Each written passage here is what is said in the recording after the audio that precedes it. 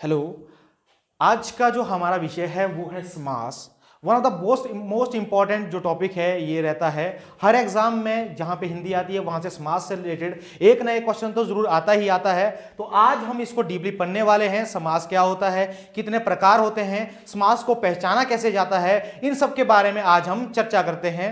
तो चलिए सबसे पहले बात करते हैं समास शब्द की बात करते हैं। अगर क्वेश्चन बाय चांस ऐसे आ गया कि समास शब्द में कौन सा उपसर्ग जुड़ा है, या ये प्रश्न आ गया कि समास शब्द में कौन सा प्रत्यय जुड़ा है, तब तो आप लोग कंफ्यूज हो जाओगे। अगर तो आप लोगों को पता है कि उपसर्ग कहां जुड़ता है, हमेशा शब्द के पहले जुड़ता है, और प्रत्यय कहां जुड़ता है, हमेशा शब्द के बाद में जुड़ता है। तो ये भी इसमें जो है सम उपसर्ग है और आस प्रत्यय है।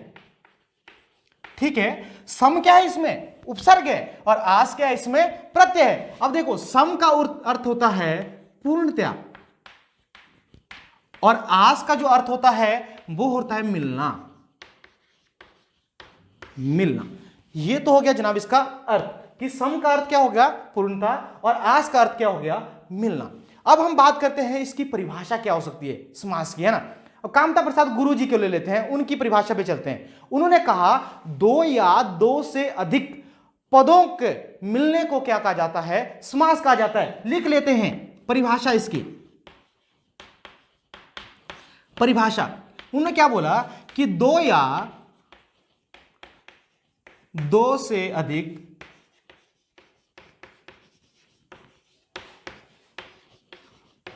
पदों के मेल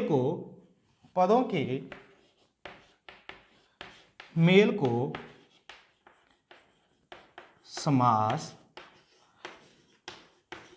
कहते हैं। ठीक है, अब देखो क्या बोलो ने, दो या दो से अधिक पदों के मेल को समास कहते हैं। अर्थात दो पद हैं, जब वो आपस में मिलेंगे उनके उस मेल को क्या कहा जाएगा, समास कहा जाएगा। अब आप बोलोगे सर पद क्या होते हैं, हमें पद नहीं पता पद क्या होते हैं। तो पद क्या होते हैं, देखो जो आप लोगों के शब्द होते हैं दरअसल वही पद होते हैं। देखो ये आपके पास शब्द है, मान लो कोई भी ले लेता हूं, कमल शब्द को मैं ले लेता हूं, ये एक शब्द है, ठीक है। लेकिन जब यह शब्द किसी वाक्य में प्रयोग होता है तब यह शब्द शब्द ना रहकर आपका पद बन जाता है। ठीक है, यह उसी प्रकार होता है जिस प्रकार ध्वनि और वर्ण में अंतर होता है। ध्वनि जब हम उसको बोलते हैं तो वह ध्वनि है, और जब हम उस वर्ण को लिखते हैं तो वो क्या है, तो वो वर्ण है। सही बात है। तो कमल अगर मैं लिखूं कमल का फूल बहुत सुंदर है, तो जब यह वाक्य में प्रयोग हो रहा है तो ये जो कमल है ये क्या है, पद है। समास में कभी शब्द नहीं चलता, समास में जब चलेगा हर जगह पद का प्रयोग किया जाएगा, देखना ये बात तो है। अब बात करते हैं, देखो समास का अगर आप लोग शाब्दिक अर्थ की बात करते हो, समास का जो शाब्दिक अर्थ होता है वो होता है संक्षेपण। संक्षेपण होता है इसका जो शाब्दिक अर्थ होता है वो होता है संक्षेपण। संक्षेपण अर्थात यानी कि इकट्ठा करना उसको, है ना, संक्षिप्त रूप में उसको बोलना, यानी कि बड़ी बात को कम शब्दों में बोलना, वो संक्षेपण कहा जाता है। अगर बाय चांस बहुत बार ये प्रश्न भी आता है कि समास का विलोम शब्द क्या है, ठीक है, तो समास का जो बिल्कुल सही जो विलोम शब्द होगा वो होगा व्यास। व्यास का अर्थ होता है विस्तार। ठीक है, तो समास का सम्राट यानी कि समास का अगर शाब्दिक अर्थ पूछे तो समास का शाब्दिक अर्थ होता है संक्षेपण। संक्षेपण होता है कम शब्दों में अधिक बात कहना। ठीक है, व्यास यानी कि इसका अगर विलोम शब्द पूछे तो वो होता है व्यास। व्यास होता है विस्तार। अब देखो इसको मैं क्लियर कर देता हूं। फॉर एग्जाम्पल मैं बोल रहा हूं 10 हैं सिर जिसके। वैसे मुझे इतना लंबा बोलना पड़ रहा है किसी के बारे में कि 10 हैं सिर जिसके, ऐसे मुझे इतना लंबा बोलना पड़ रहा है। लेकिन जब इसमें पदों का मेल हो जाता है, मैं बोल रहा हूं सिर्फ दशानन। दशानन अर्थ इसका भी वही है ना, यही अर्थ है इसका, और यही अर्थ इसका भी है। तो संक्षेपण का अर्थ होता है बड़ी बात को कम शब्दों में कहना। ठीक है, गागर में सागर वाली बात होगी ये तो, है ना। तो वही ये चीज है दशानन, यानी कि जब कम बात में आप बड़ी बात कह जाते हो तो वो समास है। ठीक है, परिभाषा की बात करते हैं तो क्या है, दो या दो से अधिक पदों के मेल को समास कहते हैं। अर्थात जब दो पद आपस में मिल जाते हैं उसे क्या कहा जाएगा, उसको समास कहा जाता है। अगर फिर भी समझ नहीं आ रहा है, एक परिभाषा मैं और दे देता हूं। मान लो आपके पास दो शब्द है, पद है, एक शब्द पद ये, एक पद ये। जब ये दोनों पद आपस में मिल जाते हैं, ठीक है, जब ये दोनों पद आपस में मिल जाते हैं, इनके मिलने से जो नया शब्द बनता है वो आपका समास कहलाता है। एग्जाम्पल दे देता हूं मैं, जैसे यहां पे और एक जैसे मान लो मैं बोल रहा हूं दो पद आपस में मिलते हैं, जैसे यहां पे है राजा का पुत्र, एक पद ये है, एक पद ये है, ठीक है, दो पद है। मैं बोल रहा हूं जब दो पद आपस में मिलते हैं उनसे जो नया शब्द बनता है वो क्या कहलाया जाएगा, समास कहलाया जाएगा। अब एक पद ये है, एक पद ये है, ये दूसरा पद, ये पहला पद है। जब ये दोनों पद आपस में मिल रही है, किसका निर्माण कर रहे हैं, ये बोल रहे हैं राजपुत्र, ठीक है, मीनिंग इसका भी यही है। यहां पे ये बड़े रूप में बोल रहा था, यहां पे हम इसको क्या कर रहे हैं, शॉर्ट रूप में बोल रहे हैं, ठीक है। दोनों पदों का आपस में मेल हो रहा है, मेल होने के बाद नया एक सार्थक शब्द हमारे पास बन रहा है। ये जो पद बन रहा है इसको समस्त पद कहते हैं, और ये क्या, इसको क्या कहेंगे, समास कहेंगे। ये है आपका समास का मीनिंग। अब जो मेन है वो है समास के प्रकार, कि समास के कितने प्रकार होते हैं। अब हम जानेंगे समास के प्रकारों के बारे में। ये थी परिभाषा इसकी, और ये था इसका अर्थ। चलिए बात करते हैं समास के प्रकार। देखो अधिकतर प्रश्न ये आता है कि समास के कितने प्रकार हैं। आप लोगों को सभी को पता है समास के 6 प्रकार हैं। अगर मैं ये प्रश्न करूं कि समास के पद के आधार पर, पद की प्रधानता के आधार पर समास के कितने प्रकार हैं, तो क्या आंसर होगा, ठीक है। पहले बात करता हूं समास के प्रकार। जैसे जो आप लोगों को पता है वो आप लोगों को ये पता है कि समास के कितने प्रकार हैं, 6 प्रकार हैं। पहला उसमें अव्ययी भाव समास, ठीक है। दूसरा है उसमें तत्पुरुष समास। तीसरा होगा उसमें कर्मधारय समास।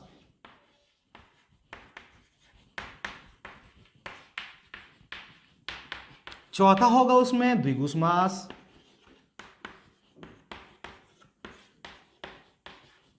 पांचवा होगा उसमें द्वंद्व समास।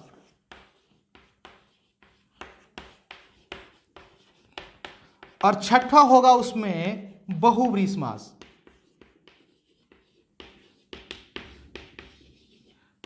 बहुव्रीहि समास। अधिकतर बच्चों ने सिर्फ इतना ही पढ़ा होता है कि समास के सिर्फ 6 प्रकार होते हैं। समास के 6 प्रकार होते हैं, अव्ययीभाव समास, तत्पुरुष समास, कर्मधारय समास, द्विगु समास, द्वंद्व समास और बहुव्रीहि समास, है ना, इतना है। और ये सही भी है। प्रश्न आता है कि समास के कितने प्रकार हैं, 6 प्रकार आएंगे, ठीक है। अगर प्रश्न ये आ गया बाय चांस कि पद के आधार पर समास के कितने प्रकार हैं, तब आप लोग कंफ्यूज हो जाओगे, ठीक है। पद के आधार पर जो समास हैं उसके सिर्फ और सिर्फ 4 प्रकार होते हैं, ठीक है। ये तो क्लियर हो गया समास के कितने प्रकार हैं। अगर सीधा पूछा जाए समास के कितने प्रकार हैं तो आएगा 6 प्रकार है। अगर यह पूछा जाए कि पद के प्रधानता के आधार पर समास के कितने प्रकार हैं, तब उसमें सिर्फ 4 होंगे साहब। अब देखिए बताता हूं मैं, पद की प्रधानता के आधार पर, पद की प्रधानता के आधार पर प्रकार, पद की प्रधानता के आधार पर देखिए, पहला है जिस समास का पहला पद प्रधान हो, पहला पद प्रधान हो, अर्थात अव्ययी भाव समास, अव्ययी भाव, एक हो गया ये। दूसरा है जिस समास का दूसरा पद प्रधान हो, दूसरा पद प्रधान हो, अर्थात तत्पुरुष समास। तीसरा है जिस समास के दोनों पद प्रधान हो। ये मैं बता दूं, देखो कर्मधारय समास और जो द्विगु समास हैं वो दोनों समास आते हैं आपके तत्पुरुष समास के अंतर्गत, क्योंकि उन दोनों के जो है दूसरा पद प्रधान होता है। तत्पुरुष समास में जो होता है, कर्मधारय जो समास होता है उसका भी दूसरा पद प्रधान होता है, द्विगु जो समास होता है उसका भी दूसरा पद प्रधान होता है। तो उन जो दोनों समासों को रखेंगे हम तत्पुरुष समास के अंतर्गत, क्योंकि उनके दोनों के पद जो है दूसरा जो पद प्रधान होता है, जिनकी यहां पे वाला। अब यहां पे तीसरा है जिस समास के दोनों पद प्रधान हो, ये ले लेते हैं, दोनों पद प्रधान हो, दोनों पद प्रधान हो, या ये भी कह सकते हैं जिस समास के सभी पद प्रधान हो, एक ही बात है ना। और चौथा है आपका जिस समास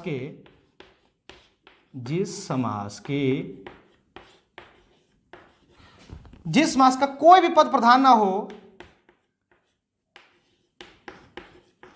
कोई पद प्रधान ना हो। ठीक है, देखो पहला हमने पढ़ा जिस समास का पहला पद प्रधान हो, अविभाव समास से एक हो गया। दूसरा जिस समास का दूसरा पद प्रधान हो, तत्पुरुष समास, और इसी के अंतर्गत आपका आता है कर्मधारय समास और द्विगु समास, क्योंकि उन समासों के भी दूसरा पद जो है वो प्रधान होता है। तीसरा है जिस समास के दोनों पद प्रधान हो या सभी पद प्रधान हो, वो है आपका, यहां पे मैं लिख देता हूं, वो है आपका द्वंद्व समास। ठीक है, द्वंद्व समास। और चौथा है आपका जिस समास का कोई भी पद प्रधान नहीं होता बल्कि कोई अन्य पद प्रधान होता है। तीसरी चीज का वो बोध करवाते हैं। ठीक है, और ये है आप लोगों का, ये है आपका बहुब्रीहि समास। ठीक है, तो हमने देख लिया, देखो एक है प्रधानता, यानी कि पद की प्रधानता के आधार पर अगर पूछा जाए समास के कितने प्रकार होंगे, तो 4 प्रकार होंगे साहब। पहला है आपका अविभाव, दूसरा है तत्पुरुष, तीसरा है द्वंद्व और चौथा है बहुब्रीहि समास। क्वेश्चन गलत मत करना। ठीक है, प्रश्न वाला जो सेट करने वाला है वो किसी भी प्रकार से डाला जा सकता है, क्योंकि अब जो है टेस्ट का जो पैटर्न है वो थोड़ा सा डिफिकल्ट हो गया है। अब वो सीधा नहीं पूछेगा समास के कितने प्रकार होते हैं। ठीक है, ये तो सभी को पता है कि समास के 6 प्रकार होते हैं। अब ये पूछेगा कि पद की प्रधानता के आधार पर समास के कितने प्रकार हैं, तो आप लोग कंफ्यूज हो जाओगे। तो इसीलिए मैंने बताया पद की प्रधानता के आधार पर समास के सिर्फ और सिर्फ 4 प्रकार होते हैं। ये सही है। चलिए अब हम बात करते हैं, सबसे पहले चलते हैं तब अविभाव समास को पहले पढ़ लेते हैं कि अविभाव समास क्या होता है। चलिए बात करते हैं सबसे पहले अव्ययी भाव समास के बारे में। सिंपल सा है अविभाव समास। अव्ययी भाव समास देखो क्या बोलता है, जिस समास का पहला पद प्रधान हो, जिस समास का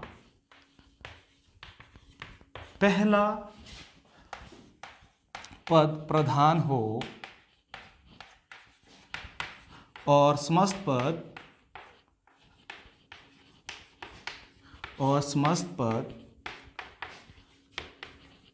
क्रिया विशेषण का कार्य करे, वहां अव्ययी भाव समास होता है। अव्ययी भाव समास होता है। ठीक है, देखो पहले मैंने ये तो बता दिया आप लोगों को कि पद क्या होता है ना, जो शब्द जो है जब वाक्य में प्रयोग होता है तो वो पद होता है। अब यहां पे बोलोगे सर जिस समास का पहला पद प्रधान हो, अब यहां पे आप लोगों को ये डॉट हो रहा है कि हम पहला पद कैसे पहचानेंगे, दूसरा पद कैसे पहचानेंगे, उसको मैं समझाता हूं आप लोग। अगर ये समझ में आ गया तो पूरे के पूरे समास समझ में आ गए। देखो अविभाव समास बोलता है जिस समास का पहला पद प्रधान हो और समस्त पद क्रिया विशेषण का कार्य करे, वहां पर कौन सा होगा, अविभाव समास होगा। पहले मैं आप लोगों को बता देता हूं कि पद कैसे पहचानते हैं, पहला पद कौन सा है, दूसरा पद कौन सा है, समस्त पद क्या होता है और समास विग्रह क्या होता है। अगर यह समझ में आ गया तो समझ लो आपकी नैया पार है। देखते हैं सबसे पहले, मान लीजिए मैं एक समास लेता हूं, कोई शब्द ले लेता हूं। ठीक है, मैं लेता हूं राजमाता। ठीक है, शब्द ले लिया, समास है ये, राजमाता है ना, 2 पद इसमें मिल रहे हैं, राजमाता है। अब देखो शब्द का यानी कि समास का जो पहले वाला जो रूप है, जो पहले वाला जो पद है, ये आएगा पहला पद, ये आएगा दूसरा पद। ठीक है, यहां से भी अगर आप लोगों को पता ना लगे तो आप लोगों ने क्या करना है, इसका विग्रह कर देना है। विग्रह क्या होता है, अलग कर देना है। ये क्या हो जाएगा, राजा की माता।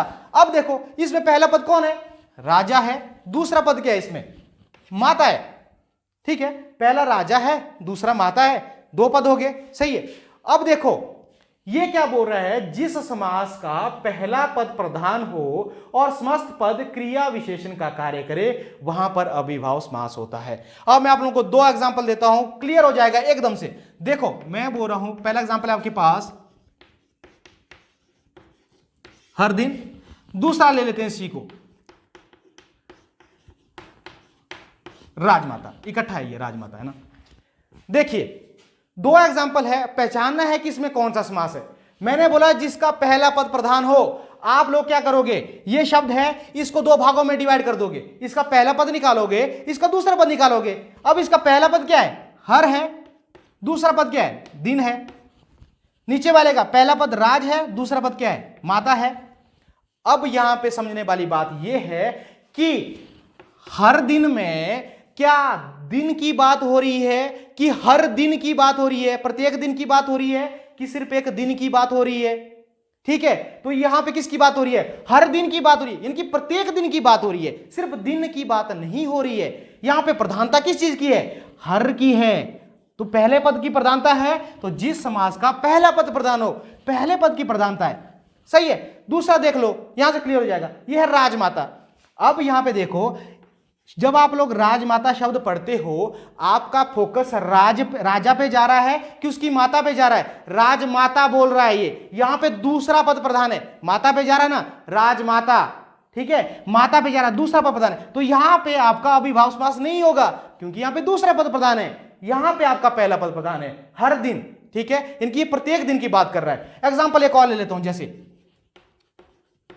भरपेट। अच्छा बताइए इसमें पहला पद क्या होगा, आप बोलोगे सर भर होगा, दूसरा पद क्या होगा, पेट होगा, जाहिर सी बात है। तो पहला पद भर है, दूसरा पद पेट है। जब आप इस शब्द को सुनते हो, क्या आपके मन में सिर्फ पेट का ख्याल आता है या भरे हुए पेट का ख्याल आता है? तो जाहिर सी बात है भरे हुए पेट का ख्याल आता है। भाई ये बोल रहा है पेट कैसा है, भरा हुआ है, सिंपल पेट की बात नहीं कर रहा है, ये किसकी बात कर रहा है, ये भरे हुए पेट की बात कर रहा है। ये है यानी कि जिसका पहला पद प्रधान हो, वहां पे आपका अव्ययी भाव समास होता है। पहचानने की ट्रिक बताता हूं मैं, ये तो थी परिभाषा के आधार पर, अब ट्रिक भी साथ में बता देता हूं। देखिए नोट करके आप लोग लिख लेना, जहां पर एक जैसे, इसको मैं मिटा देता हूं, जहां पर एक जैसे 2 शब्द आए, शब्द या पद लिख सकते हैं, शब्द आए, ठीक है, जहां पर दो शब्द एक जैसे आए, जहां पर एक जैसे 2 शब्द आए, सही बात है, जहां पर एक जैसे 2 शब्द आए वहां पर आपका अभिभाव समास होगा। अब देखिए कभी कभी आप लोगों को पूछा जाता है कि जैसे जैसे में कौन सा समास है। ठीक है, 2 पद है, जैसे जैसे एक ही है, 2 प्रकार के पद हैं। अब दूसरा एग्जांपल ले लेता हूं मैं, जैसे मैं लेता हूं दिन लेता हूं, 2 एक जैसे आ रहे, मैं बोल रहा हूं रात, यानी कि जहां पर जैसे और है, अथवा है, जहां पे 2 जैसे एक प्रकार के शब्द आए वहां पर भी आपका अव्ययी भाव समास होता है। ठीक है, और मैं थोड़ा सा आप लोगों को और आसान कर देता हूं अभिभाव समास के बारे में। ठीक है, यहां से बार फिर क्वेश्चन नहीं जाएगा अभिभाव समास के बारे में। आप लोगों ने उपसर्ग तो पढ़े ही होंगे, यानी कि उपसर्ग कहां जुड़ते हैं, हमेशा शब्द के पहले जुड़ते होंगे। कुछ एक उपसर्ग ऐसे होते हैं जो सारे अभिभाव समास के अंतर्गत आते हैं, यानी कि जिस शब्द के पहले अगर ये शब्दांश जुड़े हुए होंगे तो वहां पे आप लोगों ने सीधा और सीधा क्या कर देना है, अभिभाव समास कर देता है। एग्जाम्पल है यहां पे भर कर देना, भर आए, यथा आए, अनु आए, अ आए, और है आपका भर यथा अनु आ, बे है, ये भी आ सकता है, वही बे भी आ सकता है, आ सकता है, आ सकता है। देखिए एग्जांपल मैं देता हूं, जैसे यहां पे आ जन्म, सीधा है, जन्म से लेकर, अगर आप लोगों ने समास विग्रह नहीं करना है, सी पर पता है कि भी पहले आ आया है, सीधा अभिभाव समास के अंदर गया। यहां पे भर पेट है, सीधा देखा कि पहले भर आया तो ये अभिभाव समास के अंतर्गत है। यहां पे लिखा यथा शक्ति, शक्ति के अनुसार, अगर आप लोगों ने समास विग्रह नहीं करना है, सीधा देखा यथा है, आ गया उसके अंतर्गत। और कौन है, अनुरूप है, अनुपसर्ग आ गया, ये कर दिया। ठीक है, और उसी प्रकार बेपरवाह है, बे निकाल दिया, आ जन्म में आ निकाल दिया। तो ये जो उपसर्ग जो है और भी हैं, जैसे इसमें निस आएगा, निर आएगा इसमें।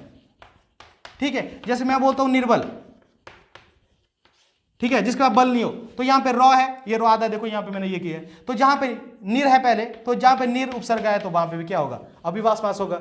निस्संदेह मैं बोल रहा हूं, यहां पे है निस्संदेह, ठीक है, निस्संदेह। अब यहां पे क्या पहले क्या आ रहा है, निस आ रहा है, तो जहां पे निस पहले आएगा वो अभिवास समास होगा। सिंपल ट्रिक है, ठीक है। ये सारे जो है ये शब्द नहीं होते, शब्द के अंश हैं ये शब्दांश जिस भी शब्द के पहले आएंगे वो सारे के सारे अभिवास समास होंगे, ठीक है। क्लियर हो गया। जिस समास का पहला पद क्या हो, आपका पहला पद प्रधान हो, वहां पे अभिवास समास होगा, और जहां पे एक जैसे शब्द होंगे वहां पर भी अभिवास समास होगा, और जहां पर ये सारे उपसर्ग आए पहले वहां पर आप लोगों ने अभिभाव समास ही कर देना है। क्लियर हो गया। एक इसमें हर भी है, इसमें चलिए ये भी देख लेते हैं, जैसे मैंने हर दिन की बात करी थी, ये भी है। तो ये था हमारा पहला समास, अभिभाव समास। अब जो दूसरा है उससे आप लोगों को और ज्यादा क्लियर हो जाएगा कि समास कैसे होते हैं। दूसरा है आप लोगों के पास तत्पुरुष समास। दूसरा है आपके पास तत्पुरुष समास। सिंपल है, आसान है ये वाला समास, है ना, लेकिन डिफिकल्ट भी सबसे ज्यादा प्रश्न इसी से आते हैं, कंफ्यूज हो जाते हैं बच्चे समास विग्रह करने में। सिंपल आप लोगों को पता होना चाहिए पूर्व पद कौन सा होता है, उत्तर पद कौन सा होता है, समास विग्रह कैसे करना है, बस खत्म है। तत्पुरुष समास की बात कर रहे हैं। तत्पुरुष समास बोलता है जिस समास का दूसरा पद प्रधान हो। दूसरा पद प्रधान कर लेते हैं भाई, बोल रहा है तो कर देते हैं। जिस समास का दूसरा पद प्रधान हो, जिस समास का दूसरा पद प्रधान हो वहां पर कौन सा समास होगा, वहां पर तत्पुरुष समास होगा, ठीक है। ट्रिक में आगे बताऊंगा। जिस समास का दूसरा पद प्रधान हो वहां पे कौन होगा, तत्पुरुष समास। पहले यहां तक समझ लेते हैं। एग्जांपल है, जैसे ये ले लेते हैं, राजपुत्र को ले लेते हैं, चाहे राजपुत्र को ले लेते हैं। पहला पद कौन है, राज है, दूसरा पद कौन है, पुत्र है। समास विग्रह क्या होगा, राजा का पुत्र। अब मुझे आप लोग बोलो, जब आप राजपुत्र शब्द को पढ़ रहे हो आपके माइंड में राजा का ख्याल आ रहा है कि राजा के पुत्र का ख्याल आ रहा है? जाहिर सी बात है ना, राजा के पुत्र की बात हो रही है, राजा की बात थोड़ी ना हो रही है। किसकी बात हो रही है, पुत्र की बात हो रही है। तो प्रधान कौन है, दूसरा पद प्रधान है, तो यहां पे कौन सा समास होगा, यहां पे तत्पुरुष समास होगा। अब यहां से भी समझना आए, एक चीज और बता देता हूं, जितने भी जो आपके कारक चिन्ह हैं, कारकों का प्रयोग सिर्फ और सिर्फ किसमें किया जाता है, तत्पुरुष समास के अंतर्गत किया जाता है। और सारे जो तत्पुरुष समास के जो एग्जांपल हैं वो कारक चिन्हों के द्वारा ही बनते हैं। चलिए अब हम कारक चिन्ह कर लेते हैं कंप्लीट इसको। देखिए दूसरा पद इसका प्रधान होता है, ये आप लोगों ने लिख लिया होगा। बात करते हैं कारक चिन्ह के बारे में। सबसे पहले है कर्ता, आप लोगों ने पढ़ा होगा इसके बारे में। कर्ता कर्म, कर्ता ने कर्म को करण से द्वारा, कर्ता ने कर्म को कर्ण से संप्रदान के को लिए अपादान से जुदाई का भाव, जुदाई। अच्छा एक और बच गया, संबंध बच गया। संबंध मोह है तो बोन लगेगा। संबंध कारक अर्थात का, के, की, ना, ने, नी। और भी आता है, रा रे री भी आता है इसमें, है ना। चलिए वो बात करते हैं। उसके बाद कौन आ गया, कर्ता कर्म कर्ण, कितने हो गए, तीन छः। और कौन बच गया, अपादान बच गया, अपादान हो गया, अधिकरण बच गया, सही।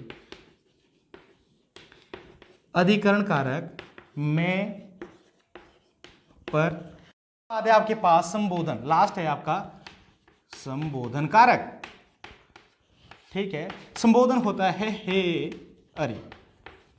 अब देखो एक चीज आप लोग नोट करके लिख लो कि जो तत्पुरुष समास है उसके अंतर्गत सभी कारक चिन्हों का प्रयोग होगा, सिर्फ 2 कारक को छोड़ के। बाकी जो है 6 कारक चिन्हों का प्रयोग होगा। देखो कारकों की संख्या होती है 8, उसमें से 6 कारक जो हैं उनका प्रयोग तत्पुरुष समास के अंतर्गत होता है, सिर्फ कर्ता कारक और संबोधन कारक को छोड़ के। कर्ता कारक का प्रयोग नहीं होगा और संबोधन कारक का प्रयोग नहीं होगा। बाकी जो जितने बच गए ये 6 कारक, उनका प्रयोग आपके तत्पुरुष समास के अंतर्गत होता है। अब देखो इसको पहचानने की ट्रिक, अब सारे क्लियर हो जाएंगे। देखिए मैं बोल रहा हूं गगन चुंबी, आपके पास मैंने शब्द दे दिया गगन चुंबी। पहला पद कौन होगा इसका, जाहिर सी बात है गगन। दूसरा पद कौन होगा, चुंबी। समास विग्रह क्या होगा, गगन को चूमने वाला। मुझे बताओ इसमें कौन सा कारक चिन्ह का प्रयोग आ गया? को। अब देखो इसमें को कारक चिन्ह कहां पे है? कर्म को। कारक चिन्ह आ गया बीच में, आ गया, सही सी बात है। अच्छा, दूसरा है आपके पास, एक एग्जांपल और लेते हैं। जैसे यहां पे स्नानागर, ठीक है, स्नानागर, स्नानागर यानी कि स्नान के लिए घर। उसमें क्या आएगा जब विग्रह करोगे? स्नान के लिए, स्नान, स्नान के लिए घर। तो इसमें कौन सा कारक आ गया? के लिए। यहां पे आया के लिए, यहां पे कहां पे है? के लिए। ये वाला कारक चिन्ह का प्रयोग हो गया। ठीक है, आगे चलते हैं अपादान। देखो फर्क आप लोगों को सिर्फ यहां पे ये ध्यान देना पड़ेगा, अगर प्रश्न यहां पे ये आगे कि कौन सा कारक आया, कौन से कारक तत्पुरुष का समाप्त एग्जाम्पल है। एग्जाम्पल देता हूं, मैं बोल रहा हूं आपको देश निकाला, देश निकाला, एक शब्द दे दिया मान लो आप लोगों को, ठीक है। चलिए पहले आप लोग करो इसका। पहला पद क्या होगा? देश। दूसरा पद क्या हो गया? निकाला। इतना तो आप लोगों को समझ आ ही गया होगा, सही है। तो इसका समास विग्रह क्या होगा? देश से निकाला हुआ, ठीक है।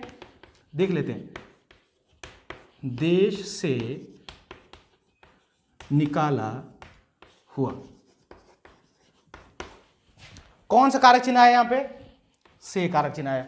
अब आप लोग थोड़ा सा कंफ्यूज हो गए कि से तो यहां पे भी है सर, से तो यहां पे भी है। अगर प्रश्न पूछ लिया कि उसमें कर्ण कारक चिन्ह, कर्ण तत्पुरुष है या पदन तत्पुरुष है, फर्क सिर्फ इतना है बच्चों कि ये वाला जो से है, ये से का प्रयोग वहां होता है जहां पे दो चीजों की संबंधता बताई होती है, वहां पे होगा आपका कर्ण से कारक चिन्ह का प्रयोग। और जहां पे जुदाई का बोध हो, कोई चीज हमेशा के लिए जुदा हो रही हो, वहां पे आपका अपादान से, जुदाई वाला भाव जहां पे होगा, वहां पे इस कारक चिन्ह का प्रयोग होगा, से कारक चिन्ह का प्रयोग होगा, ठीक है। जैसे पेड़ से पत्ते गिरते हैं, अब पेड़ से पत्ते गिर रहे हैं, क्या वो वापस लगेंगे? नहीं लगेंगे, है ना। तो अपादान कारक चिन्ह है वहां पे। तो वही बात यहां पे भी होगी, देश से निकाला हुआ, यानी कि उसको देश से क्या कर रहे हैं? हमेशा निकाल रहे हैं, ठीक है। पथ भ्रष्ट, एक और एग्जांपल आता है, लिख लेते हैं इसको, पथ भ्रष्ट, ठीक है, यानी कि पथ से भ्रष्ट, पथ से भ्रष्ट है वो, ठीक है। यहां पे भी से, पथ से हमेशा के लिए क्या हो गया? वो भ्रष्ट हो गया। तो यहां पे भी से कारक चिन्ह का प्रयोग आ रहा है, यहां पे भी से कारक चिन्ह का प्रयोग आ रहा है। वहां पे करा था हमने, राजपुत्र में करा था। अब मुझे बताओ इसमें क्या होगा? राजपुत्र। पहला पद कौन है इसमें? राज है। दूसरा पद कौन है इसमें? पुत्र है। समास विग्रह क्या होगा इसका? राजा का पुत्र, राजा का पुत्र। अब देखो कौन सा कारक चिन्ह है इसमें? का कारक चिन्ह का आया। का आया, का किसमें हमारा? यहां पे है का, तो का कारक चिन्ह आया। तो ये हमारा कौन सा? संबंध तत्पुरुष का एग्जाम्पल है, सिंपल सी बात है। तो जहां पर भी आपका समास विग्रह करने पर कारक चिन्हों का प्रयोग होता हो, वहां पर आपका आएगा तत्पुरुष समास। सिंपल सी बात है, जिस समास का दूसरा पद प्रधान हो और समास विग्रह करने पर कारक चिन्हों का प्रयोग किया जाए, वहां पर आपका तत्पुरुष समास होगा। दो कारक चिन्हों को छोड़ के बाकी 6 कारक चिन्हों का प्रयोग इसमें होता है। उसमें कर्ता कारक और संबंध कारक का प्रयोग इसमें नहीं होता, बाकी का बाकी 6 कारक चिन्हों का प्रयोग इसमें होता है, सही है।